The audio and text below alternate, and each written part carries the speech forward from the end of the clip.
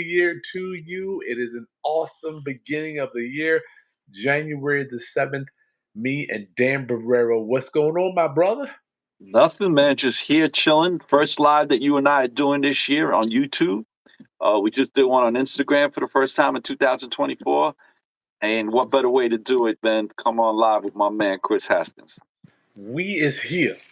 We is here. And I want to say Happy New Year to you. I want to ask you guys, how are things going? Please put in the chat. How are you doing? How is the new year treating you? You got any goals? Please, questions.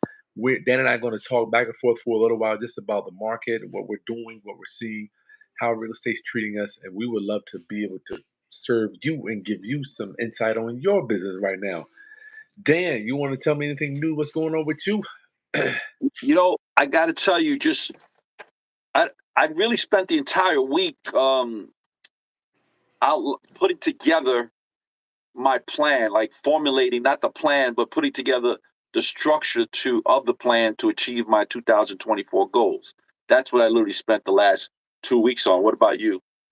What have I been doing? Well, the first week I was a little slow because I got a 3-year-old. So I'm telling y'all, man, I get my inner circle. You don't know these guys. I'm really just focusing, trying to be a good dad, man. And I'm not saying I'm still thinking business too, but daycare was closed, so he was with me going to see houses, and we're doing this and that. So that was like my main focus for the first week of the year. I gotta be honest with You know what, man? It's funny. You remind me of when my kids were young, and because my wife was working, and you know, uh, and the babysitter wasn't coming until 11. So in the morning time, come 8 o'clock, my two daughters were sitting in the back seat. We were driving around going to properties too. you. And I That's would right. tell the realtors, yeah, you want to show me that property? I could see it on Monday, but you got to be there at 8. And they'd be like, 8 o'clock? And they're like, then don't show it to me. Well, I'm not going to say somebody else will show me your property if you want. I don't care. And of course, I show up my two little girls in tow. And they always looked at me like I had two heads, like, you sure you're a real estate investor? And I'm like, this is it, man. This is it. So that's cool. Round up, get your questions in. Dan and I are here. Dan's been in the real estate game since '89. This is my 20th year. I can't believe I'm an OG now. I've been doing this for 20 years, man. My strategies have changed though. I remember when I first started out, I was doing more wholesaling, flipping, quick money. And as I have learned, and I like to just to ask Dan, I thought the guys that were long-term hold guys were schmucks back in 2004 to 2010. I'm like, I'm making 50,000. I'm making 40,000. Y'all making $500 a month, man. Well, y'all crazy. It's funny. I can't tell you how many people used to think the same thing about my brother and I. Um, the difference with my brother and I, though, we were actually doing fix and flips as well, but we were taking our money, our profit money, and putting it into long-term holds. So we Yeah, were that's right. literally, Come here. let's say we made $100,000. So let's use simplistic numbers. Let's say we did two properties, made 100 grand, right? I would take $39,000 of that and put that into a savings account. And at the end of the quarter, I would send that to Uncle Sam. That was my estimated taxes for Uncle Sam, right? Hmm. I would take 39,000 of that 100,000, send it right to Uncle Sam, and then I'd take that other 61,000, right, and go put it as down payment on another long-term hold property. That's When, sweet. right, all these other guys, they were buying nice houses, nice cars. I know guys. One guy, I won't say his name, but he built literally a 15,000 square foot house on this beautiful property right outside Daytona. Wow. Come 2009, 2010, he was sucking wind, and the bank took his property. Moving out. I was gonna say he moving out. Right. So, you know, my brother and I, we were coasting, we were fine. But yeah, okay. So the fix and flips went out the window, but we had our long term hold properties because people still needed a place to live, That's right. unless they wanted to go live underneath the bridge or something. You know, people still need a place to live. Got to, man. You gotta have a place to live. That's why I love residential.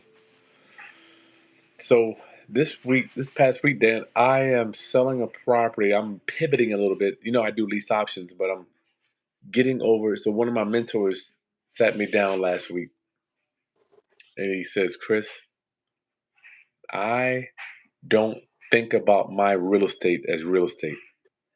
I think about my real estate as banks. And Okay. people say that they obviously you understand, but he goes, Chris, I don't even go to my real estate. When I buy it, I visit it one time, and after that, he goes, I need to help you understand. You need, I think like a bank. Like when does the mortgage company ever visit the property? That one time they get an appraisal and they don't even come. They pay somebody else to come. So I really had to switch my mind, Dan. Where do I want to play? Do I want to be a landlord or do I want to be a financer? He says, Chris, let me tell you my motto. I sell financing, not real estate. I sell financing, not houses. I just want to ask you, Dan, can you talk about that a little bit? I need a better clarification. When he says he's selling, because what I say is when I sell one of my properties, I'm not selling the property, I'm selling an investment product, right? So, because I don't sell to end users, I mostly sell to investors. So Okay. I need a little bit more clarification in what you're referring to. Yeah, we're financing end users as opposed to lease option. We're just doing seller financing with Right. contract for So, deed. Same so thing. okay, in your case, because you're leasing the property with a lease option, meaning that they're going to buy it, assuming they buy it at the end of the lease, and Yeah. if they don't buy it, you just continue to lease it them. Then you become a renter. So yeah, I got to be honest with you, I'm in agreement with him in reference to that. Yeah, because on the explain to people, Chris, when you do a lease option, they're responsible for all the repairs. They are. Well, once again, when I tell you, I'm pivoting a little bit. So he does something called land contract slash contract for deed. So all we're doing is breaking it up to 30 years as opposed to a 3-year lease option period. So he's So like, man, he's doing a okay. So he's doing a contract for deed. So you for want to 30 explain to years. people? Okay, so explain to people what that is because a lot of people don't know what that is. Yeah, this is good training tonight. So contract for deed is just like a land contract. What we do is we say, look, you sign this purchase and sale agreement. The actual document says your payment's 1,000 a month. The purchase price is 250,000. Once you finish paying the 360 payments for this purchase and sale agreement, then aka contract for deed, then we'll give you the deed. So once you fulfill the contract, you exchange that contract for the deed. All Now, right. So now Chris is also getting a large down payment up front, just oh like they yeah. would, just as if let's say if the property is worth 200,000, Chris is going to say I want $20,000 down payment, and you're going to pay me this much per month, and this is what the interest rate comes out to, and you're going to pay the real estate taxes, the insurance, and you got to show me proof that you paid the real estate taxes every year, and you got to show me proof of the insurance every year, right? Proof of it. And this property is essentially yours. It's staying in my name until you finish paying it off. But in all scenarios, you got to treat it like it's in your name. So any maintenance, any upgrades, any repairs, it's on you. Is Yeah. that correct, Chris? That's right, Dan. That's right. So when I check this out, Dan, do you know there are people, all they do is find tenant buyers for these type of deals? I didn't know that. No. So check this out. I'm talking to my mentor last week. Long talk. You know how the master investors don't have emotion when it comes to real estate? Right. None of it. And I consider myself, I'm not a master yet. I have some qualities, but I'm still a little emotional when it comes to stuff. He goes, Chris, I don't even go to these houses. So he introduces to some other guys and they found me tenant buyers, right? So I have not even met these people. I'm meeting with this wholesaler. He's wholesaling tenant buyers. He's collected the down payment already for me. He's got this buyer to sign the docs. Then I don't even meet the buyer. So I guess I'm saying that to say I have to decide, where do I want to go? How do I want to fit in this thing? When I look at my mentor, he's got 174 of these. You don't make the maximum amount of money, but you don't have any repairs. So over time, it works out. So, Yeah, and you're you not know, spending time coordinating the service providers between and the tenant and yeah, yeah. So and it allows you to go out and make more money because you're not coordinating all that, right? So yeah, yeah, I'm good with it. So I just want my viewers tonight, round up family. I want you to know I'm doing a little pivoting. I still do lease options. I'll do those, but Dan. I love real estate, man. But I just think that I really just want to be in the finance world, man. I mean, I don't know if I like when I see what you do. You know, I love you. You're my friend. I don't want to deal with repairs when I get 60. You know what, man? And I'm at that stage now, and that's why I'm contracting it all out to do. I'm still coordinating everything from home, from my home office, which I'm in right now.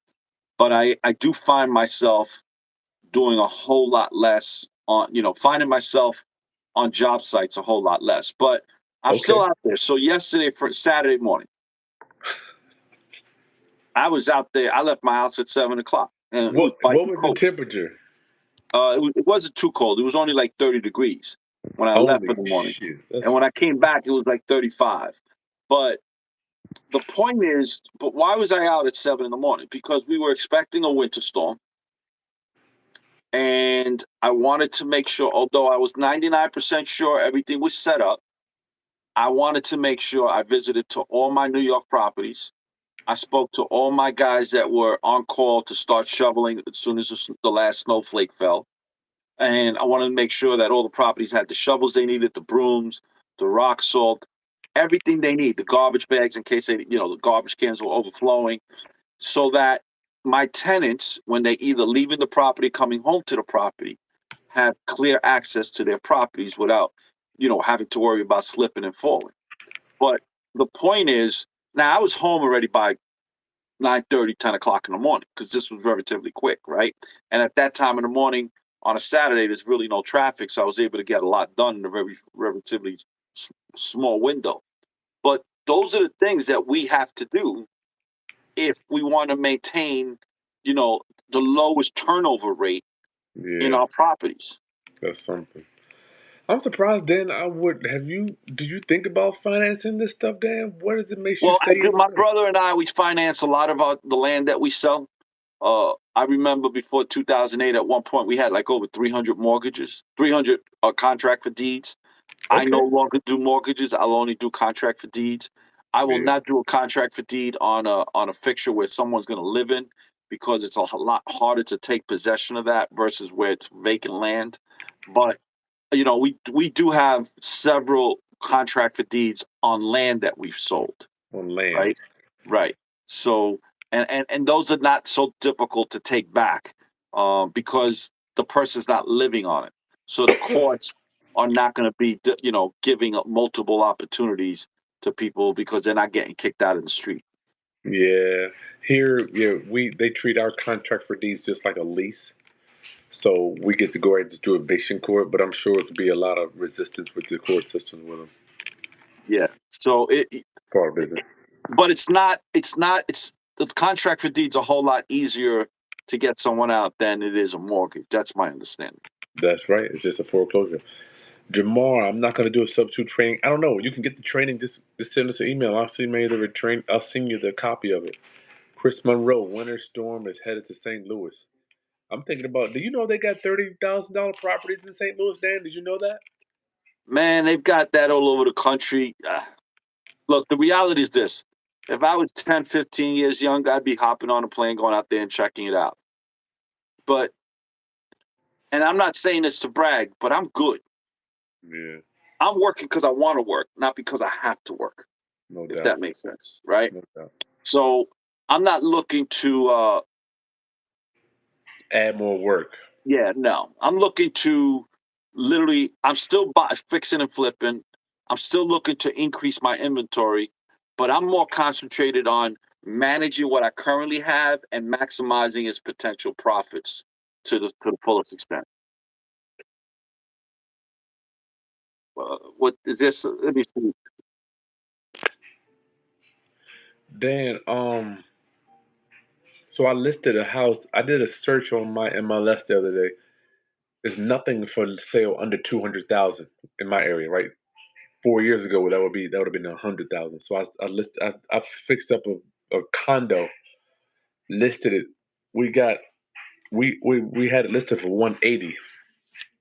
Then we had offers. We had 3 offers over appraisal, over ask for 195.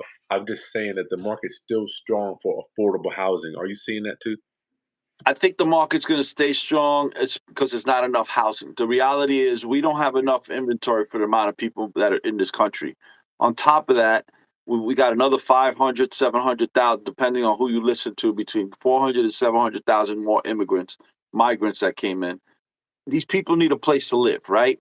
So the reality is there's not enough housing for the people that are here. There's not enough housing to sustain the people that are coming or that are crossing the borders. There's just not enough housing, right? And we could get into there's a multiple of reasons why there's not enough housing. That's another subject matter, right? So the reality is with the interest rates coming down, I suspect if you're a realtor, 2024 is going to be an awesome year for you. And as a result of interest rates coming down, the prices of houses are going to go up because there's going to be a higher demand because everyone's jumping on the lower interest mortgages.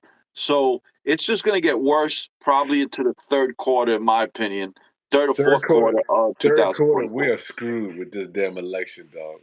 Can you Yeah, look, the imagine that? reality is I personally don't believe interest rates should be coming down because it's the inflation rate, in my opinion, is still not under control. No And doubt. interest rates is one of the tools that the government uses to control uh, uh, uh, Inflation. inflation. So There's no way. inflation is just going to skyrocket.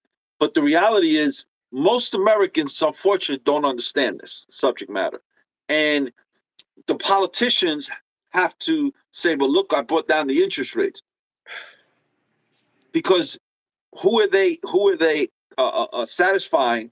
Is Middle the class. idiots that don't take the time out to understand these concepts. It's funny you say that. So you're saying they're gonna use this? They're gonna artificially lower the interest rate to get for the election, Dan? Absolutely, Oh no! absolutely. Oh my!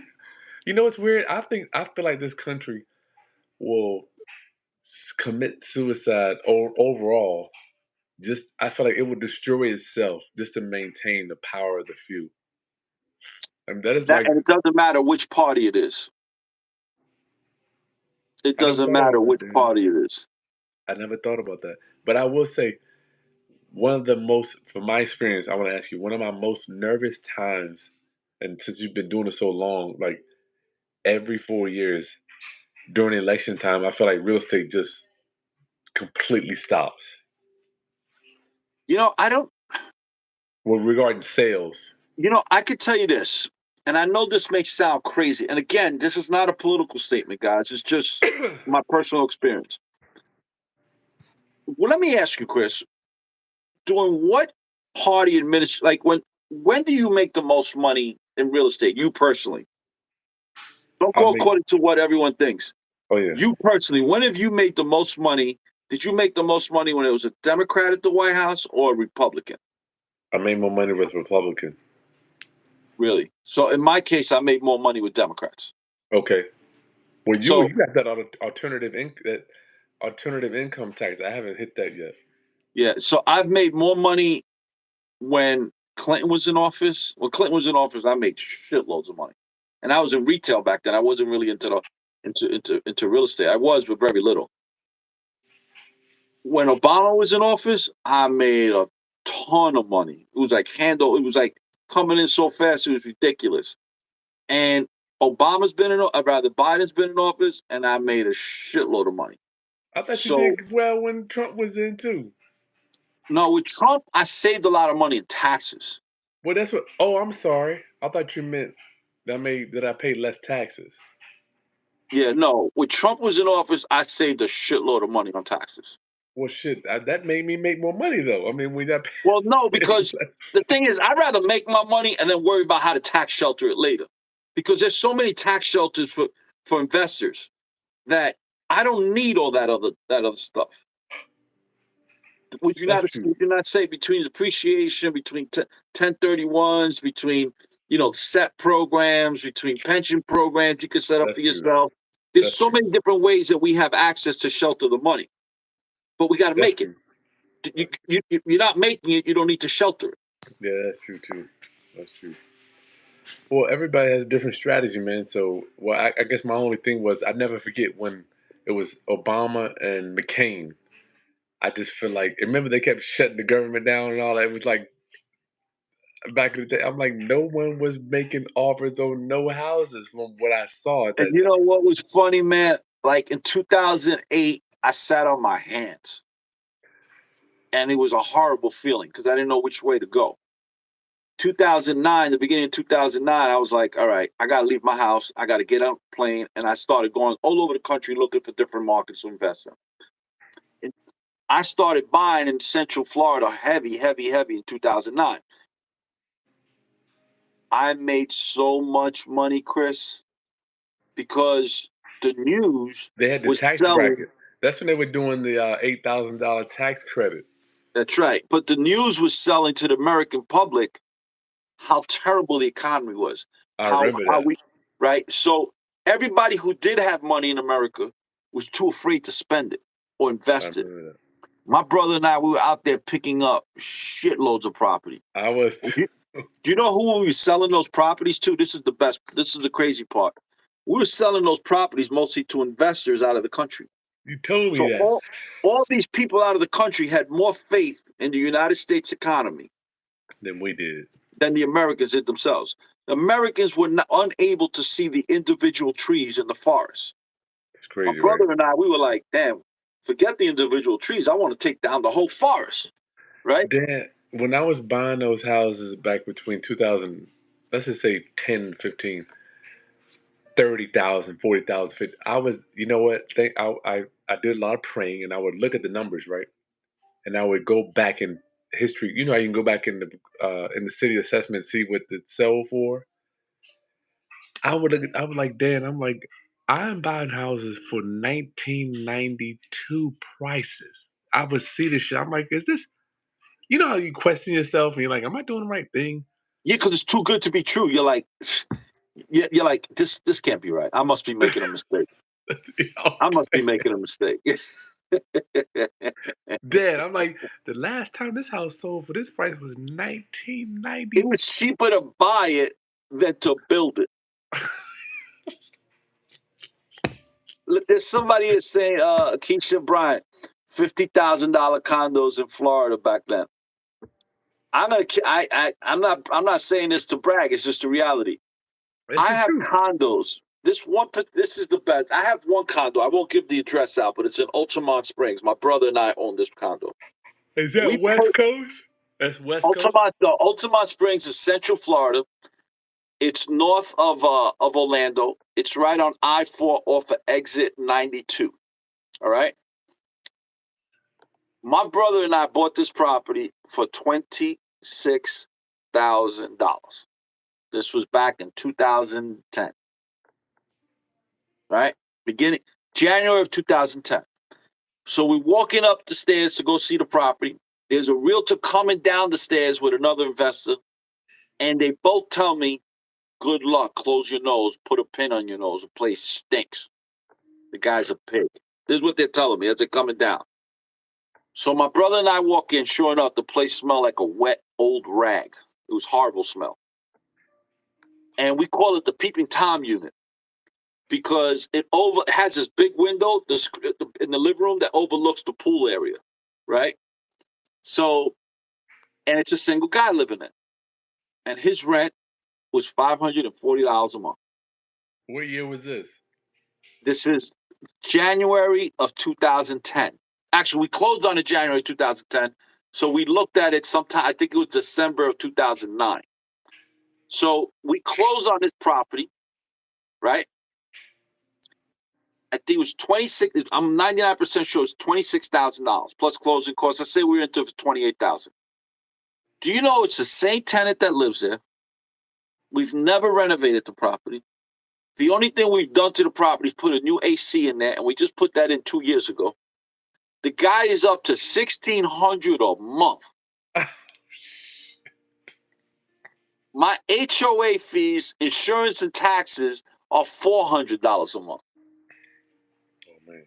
So we're taking $1,200 a month out of that property a month. which is what, $14,400 a year for a $28,000 investment. Wow, that is And crazy. we've been doing that since 2010. Round up, get your questions in. We're here with Dan Borrero, man.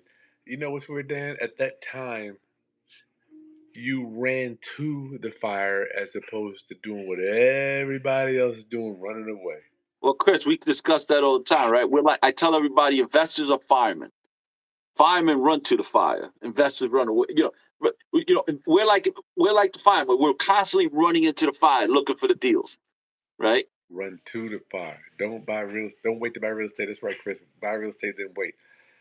Prince says, "I see you guys got a lot of stuff." Kathy made a bunch of money during the pandemic. Yeah, it was pandemic. I'll never forget. We went to the vault. He's like, "You need to add a zero to your net worth." I took a lot of my income during the pandemic and just paid off all my mortgages, man. Because I mean, what I learned then, if you're used to making, let's say, 100,000 a year, if one year you make 250, why not just live like you lived on 100,000? I mean, what is so damn hard about that, Dan? What is the problem? Why can't people just live like you did You know last what? I year? gotta tell you the truth. I do, and I'll give you an example. So I truly suspect we're gonna see a market correction towards the end of 2024. And my partner Yeah, now, but you don't know. I don't know. I don't Right. know. But all the signs are there. And it doesn't matter who wins the presidency. But I am so prepared the way I was prepared in 2008. In 2006, I sensed it. All the signs were there.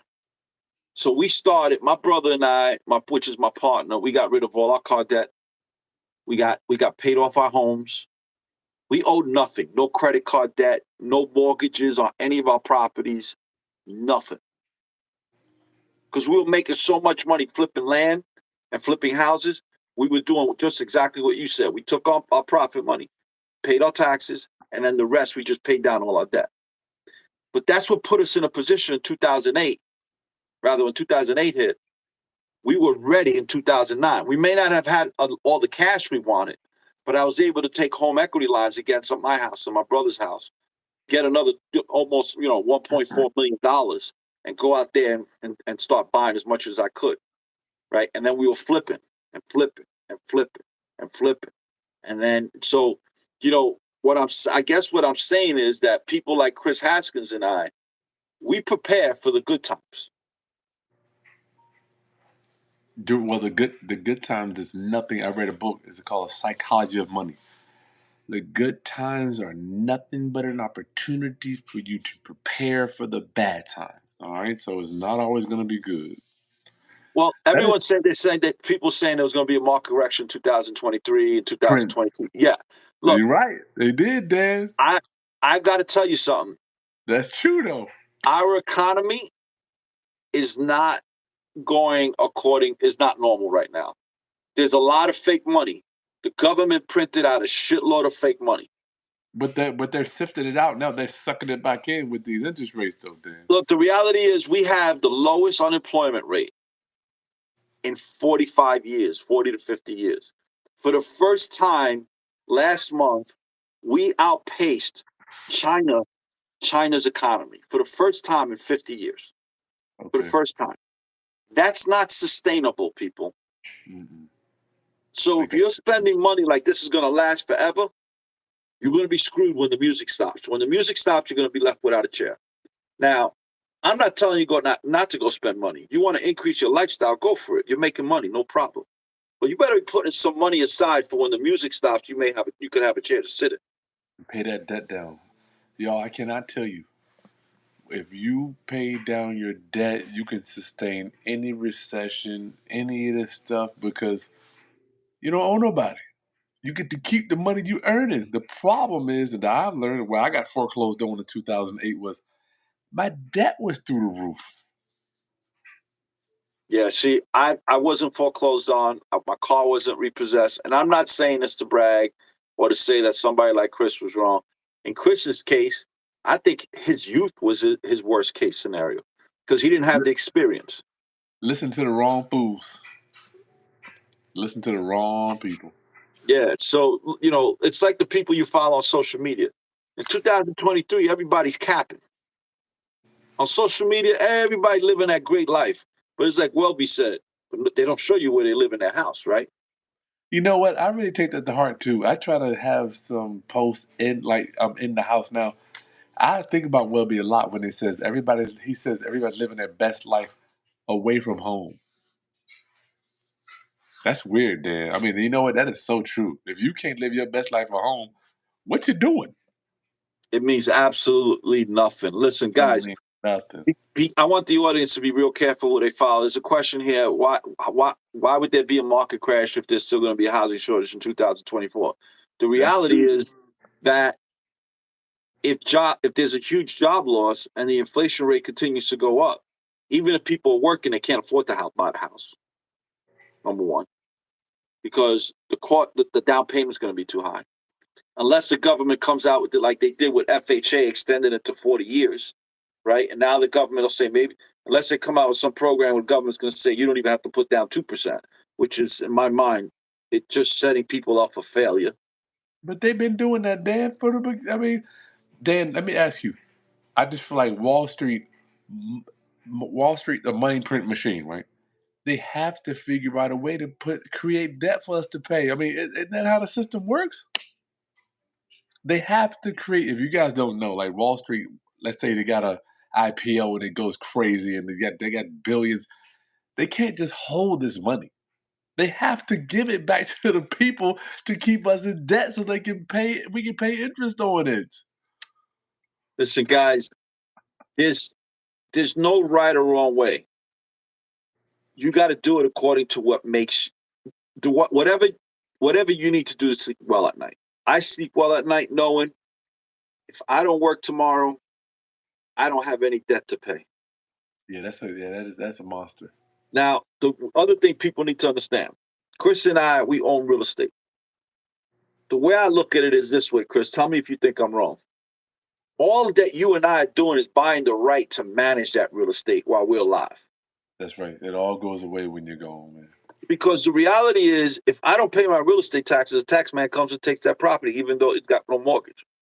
So That's I'm right. paying the tax man for the right to manage my property. That's right. That's true. Right. So, when I'm dead, does that mean that the property stays in my name? No, I'm dead. Nope. So all we're doing is buying a product Management. that's going to give us the right to manage it to the best of our abilities and to create cash flow from it. You gotta That's think all we're about. doing. Yep. That's right, man. Wow. You know what, Dan? It's even biblical too. We must be a good steward of what we have been blessed with. Just a steward, man. That's it. Yeah. So I want this was a great conversation, Chris. Yeah, that's cool, Dan. So listen, y'all give us a follow. At the end of the day, go to USA Land Ventures for my boy Dan. Together we have over 50 years experience, and Dan, I have to get my butt up there, man. We're gonna have to raise the prices a little bit on the lunch and learn just because plane tickets and stuff to get me there. But Dan and I are working on our ultimate guide to landlording. So you're gonna learn exactly the tips and tricks and the step by step things we do to stay in business. Are they popular? Are renters and some people gonna like the stuff that we do? Maybe not. Oh, a lot of them don't. And case in point, you know, the stuff you've been putting out as far as rentals and stuff I've been putting out. You want to tell the audience that the crap we're catching for it? Yeah, Dan, we'll do one. I put out last week why I collect rent on the 28th of the month. And here I am thinking I'm helping out landlords doing the right thing. People, that's right. Hit that like button, y'all.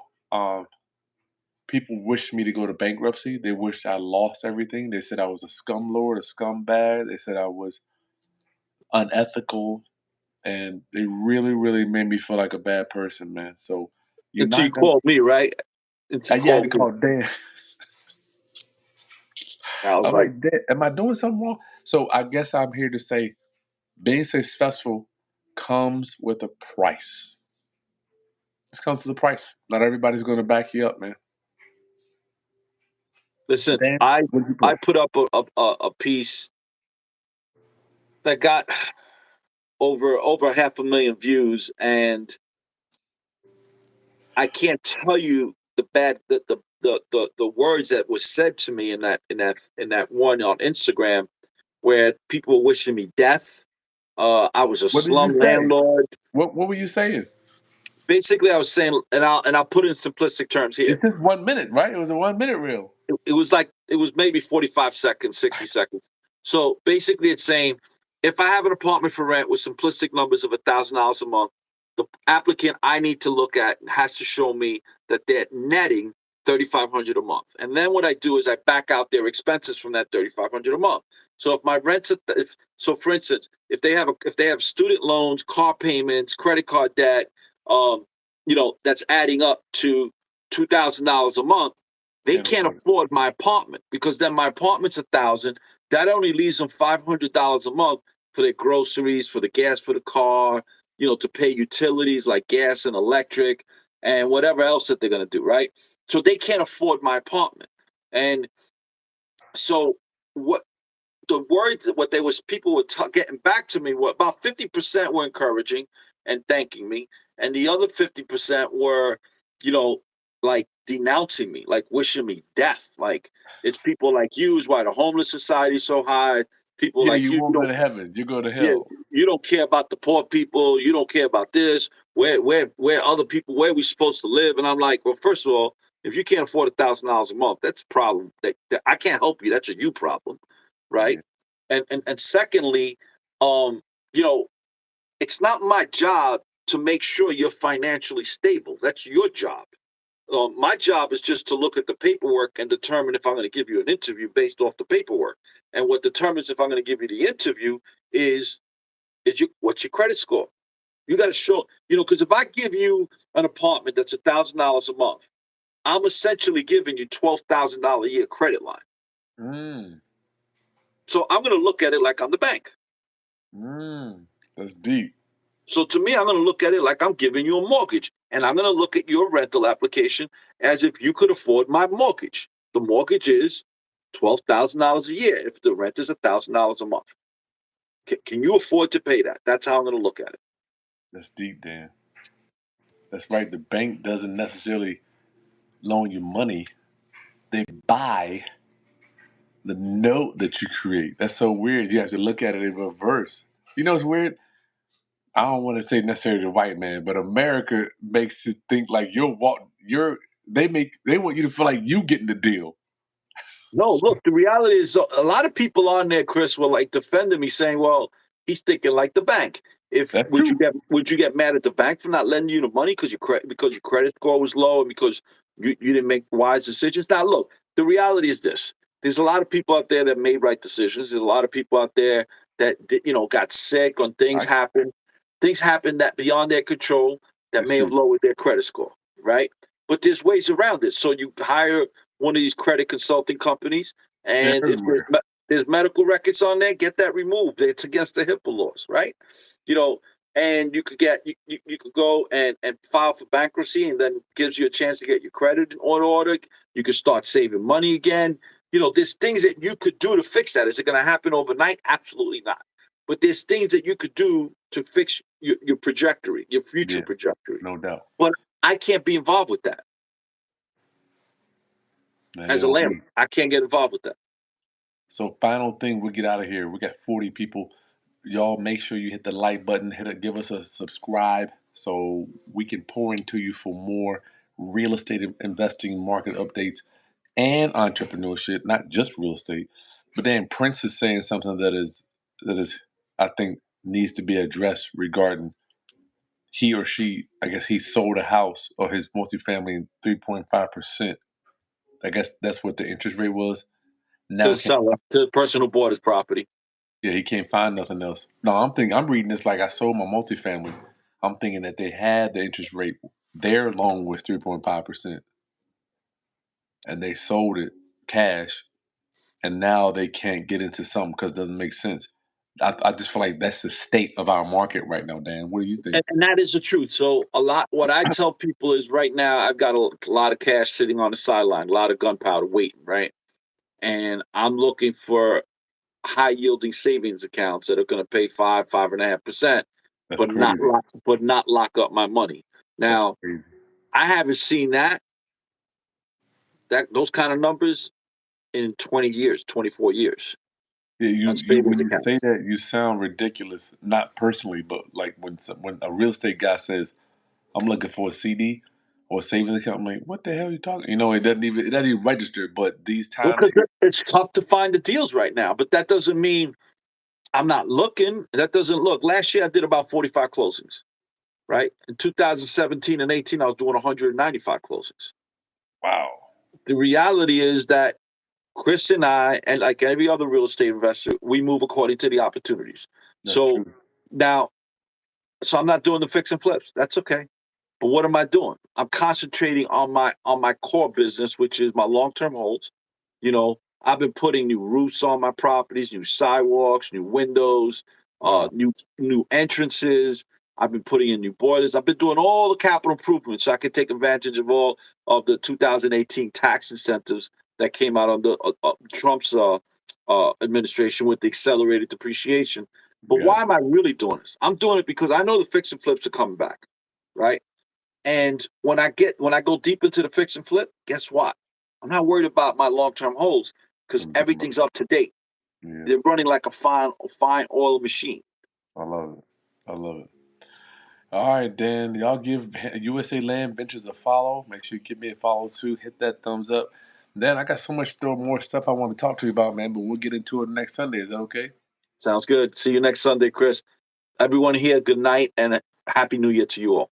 Happy New Year, round up, homies. Peace.